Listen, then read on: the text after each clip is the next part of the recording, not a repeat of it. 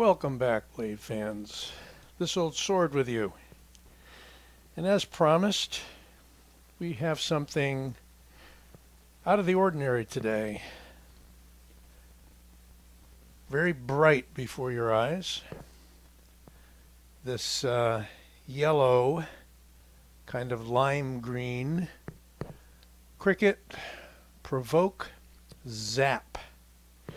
And what makes the Zap different from the Provoke is simply that it is made of Grivory with a steel blade. I'm going to run down some specs, give you some comparisons, show you how its kinetic action works, and hopefully give you a good overview. Overall length, 7.37 inches. Blade length, 2.41 inches. Cutting edge, 2.375. Blade width, top to bottom, 1 inch. Thickness, a very thick 1/5 inch, 0.20 inches. Blade material is a stainless steel designated as 1.4116. And I'll get into that a little bit more in a minute. Considered to be a hawkbill knife. I'll call it a Karambit. The blade grind is chisel, which is a bit interesting. Handle material is Grivory. It's considered to be green. And the weight is 4.7 ounces. It has a tip-up carry with a very interesting pocket clip. Designer is Joe Caswell. And it's considered to be an everyday carry / tactical knife. And let's see, handle thickness 0.59 inches. Missed that. I think I got everything else. We're going to talk in a minute about the steel. But first, let's take a look around. Joe Caswell designed this, the Provoke, back a year or more ago. And it's been a very popular knife, especially with Karambit stylists, since then. I'm going to close this up for you and show you how it opens. We've got a lever right here that unlocks it. It's got a nice spring action, by the way, so when it gets close to the handle, it gets captured into what you could call a detent, although certainly it's not a liner lock, but the concept is the same. It pulls it in and locks it into the handle. You can see that action.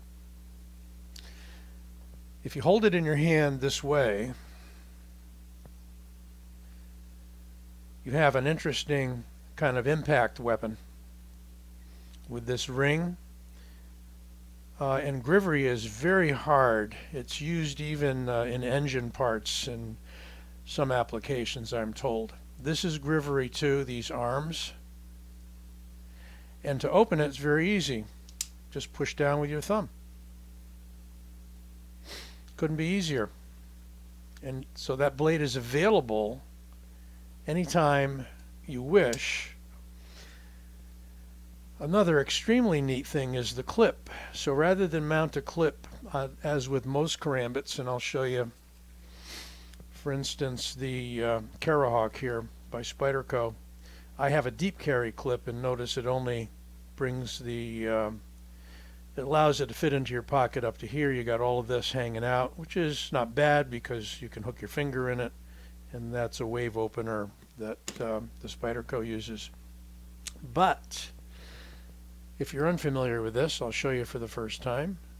Press on this, and it lifts the end of the clip so that you can slide it in your pocket. And it will slide into your pocket up to about there, leaving very little out. And this is the side that'll be exposed, so you have only a little bit of that brightness showing above the level of your pocket. Kind of a plus factor here is that being in a bright color and not in all black like the original, which was all steel, colorful knives like this tend to look like working tools and not like weapons, okay? So it doesn't look like you're going to do anything bad with it. It's a bright color. I find the same thing with like the Wii, that little Wii knife that comes in blue, so on and so forth. The Banter, like the Wii Banter, I have it in blue. Looks very innocent. So that is kind of a plus factor, should you care.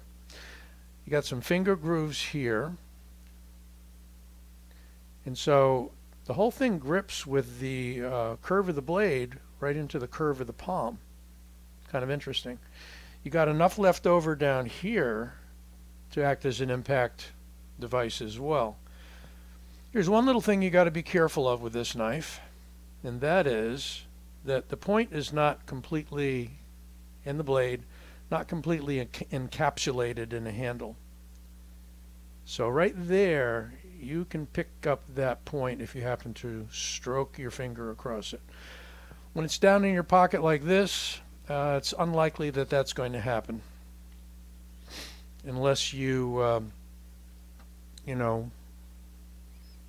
you might pick it up. What can I tell you? I mean, that's a possibility. You just got to be careful.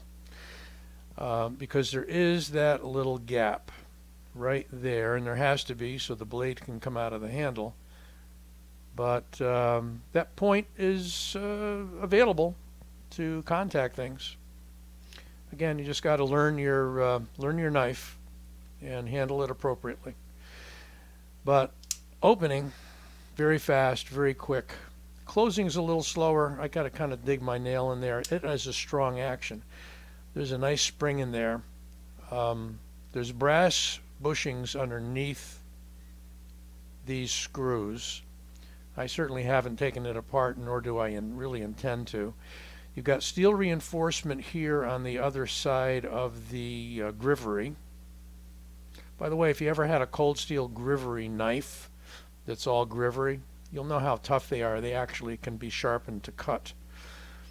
But I just find this stuff to be quite tough. I'm not worried about it not being steel, and it makes the whole thing a little lighter. I think I said 4.7 ounces.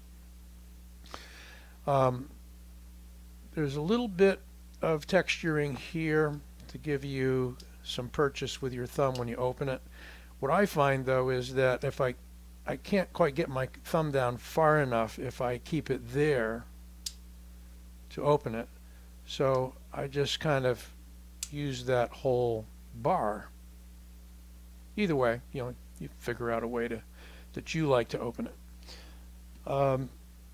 Let's talk for a moment about the steel. Looking at Knife Steel Compositions app,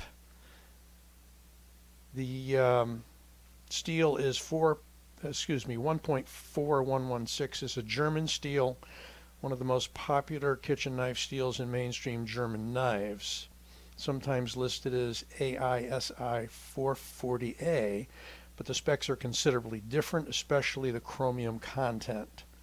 Typically gets hardened to 54 to 56. The bigger the knife, the softer the steel, and he goes on about a little bit about the hardness. Let's see if I'm on Blade HQ. Let's see if they list the HRC. They don't. Maybe Cricut does. I'm just not seeing it. So should be easy to sharpen for its purpose. Should hold up well. If you're using it for cutting chores like flooring, tile, rugs, whatever, it's certainly a useful blade for that. Since it's a Karambit, let's compare it with a couple other Karambits. I already showed you one. Here is another. This is the 511 Karambit, the Journeyman Karambit, which I've reviewed previously, designed by Steve Tirani. It is more of a traditional Indonesian style Karambit in that when it's in the hand, that point is directly forward. So that point is used to target certain areas of the body in its martial combat use. Of course, this one's a lockback. This one's from 154 cm. It's very well liked by Karambit stylists. It's almost an ideal Karambit knife, whether you're using it with the blade up or the blade down. With the Provoke, it can be held this way, but notice that the point is more up. That's not a bad thing, and it's probably the way that the design could be done without making the handle overly curved. So you could have the clip and you could have all the other features on it. Let's bring out the Karahawk. And the Karahawk even is not noted to be a very curvy hawkbill Karambit knife, but it has a little more of a point forward as well. Not quite as much as the Tirani or the 511. The point is the first point of contact, if you will, on a Karambit. That doesn't make this a bad Karambit. Still extremely useful, and that opening feature is very remarkable. I mean, that point certainly can do its business without any problem. See if I can back out again a little bit. I keep going in and out. Now they say it's a chisel grind, and it is a chisel grind because if you look at the plunge grind here, there it is. You look for this side, it's flat. So it's chisel ground, but you have equal bevel on both sides. I've tried it out. It's good and sharp, a little on the smooth side, but definitely will cut. It'll cut paper, it'll cut a lot of different things. You've got a black stonewash finish on this. I'm not sure what they coated it with. Might be a Cerakote.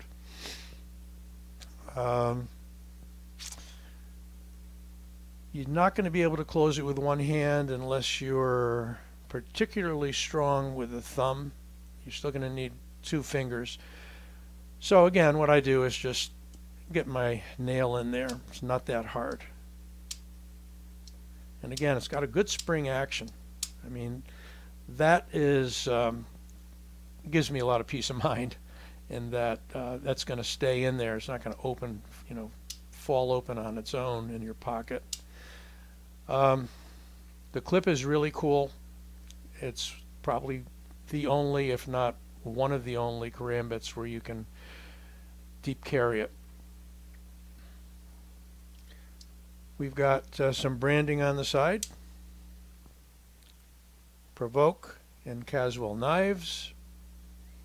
Maybe a little excessive there, but and Cricket's good and bold and in white on black on that side. So maybe a little overly branded knife, but it's not your usual show-off flipper kind of thing. I think it's more of a either working knife or business knife, however you like to regard it. Real quick comparison with, let's say, our Rat 1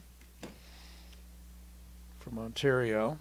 I mean, you really can't compare a straight blade with a curved one, but that's your size comparison there. And I think that's about it. It's just one of the few Cricket knives I have. I do have a few standard old school Cricket folders. I haven't done reviews on them. I think maybe on one I did it, the rapid takedown model. But this is totally different. I got it because I thought the design was unique. These are coming in at $100 suggested retail as opposed to $200, so it's half the price of the original one in steel. And they've also come out with some different variants now as well for EMTs. They got a glass breaker on the back. They got a white handled one. There's your thickness on that that blade. It's a lot of stock there, but I think because of the mechanism, maybe that's what it needs to be. Your cutting's all done on the inner edge, so I believe that's a flat grind. So we're not looking for a real ultra fine edge there. It's really a lot about the point, and certainly secondarily about the edge. Well, I hope this was interesting for you, and this might be your cup of tea, it might not, but I figured I'd get one, I'd try it out, and let you all know and see as much as I can about it. So don't forget to give this a like, and if you haven't subscribed, please do so. Daily content with a large variety of blades, and we're pushing up towards 1,000 subs, so I'm hoping to hit that soon, and when we're getting near, I will announce a giveaway. That should be fun and exciting. Okay, come on back and we'll see you soon.